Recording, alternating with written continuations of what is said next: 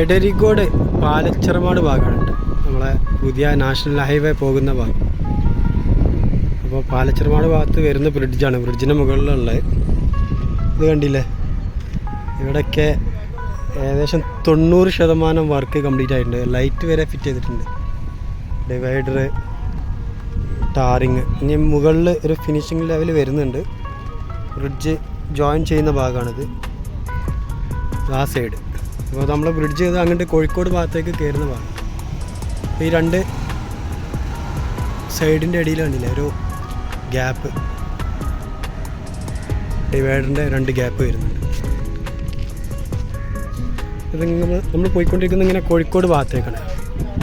ഇതൊക്കെ കോഴിക്കോട് അവിടുന്ന് വരുന്ന ഭാഗം, ഇത് കോഴിക്കോട് ഭാഗത്തേക്ക് പോകുന്ന ഏരിയ.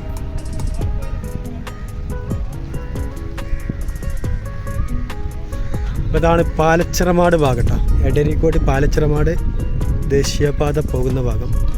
പുതിയ പാതയാണ്, അതായത് കോട്ടക്കൽ ബൈപ്പാസ് എന്ന് പറയുന്ന ഏരിയ. ഇതിവിടെ പുതുതായി നിർമ്മിച്ച റോഡാണ്, ഇത് ബ്രിഡ്ജാണ്. അപ്പോൾ അതാണ് പാടം നികത്തി റോഡാക്കിയത്. ഈ കാണുന്നതാണ് നമ്മളെ പഴയ നാഷണൽ ഹൈവേ. ഇത് കണ്ടില്ലേ, എടരിക്കോട് ജുമാ മസ്ജിദ്, എടരിക്കോട് ടൗണ്, കോട്ടക്കൽ ഭാഗം അവിടെ വരും.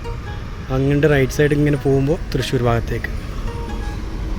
അപ്പോൾ പഴയ നാഷണൽ ഹൈവേ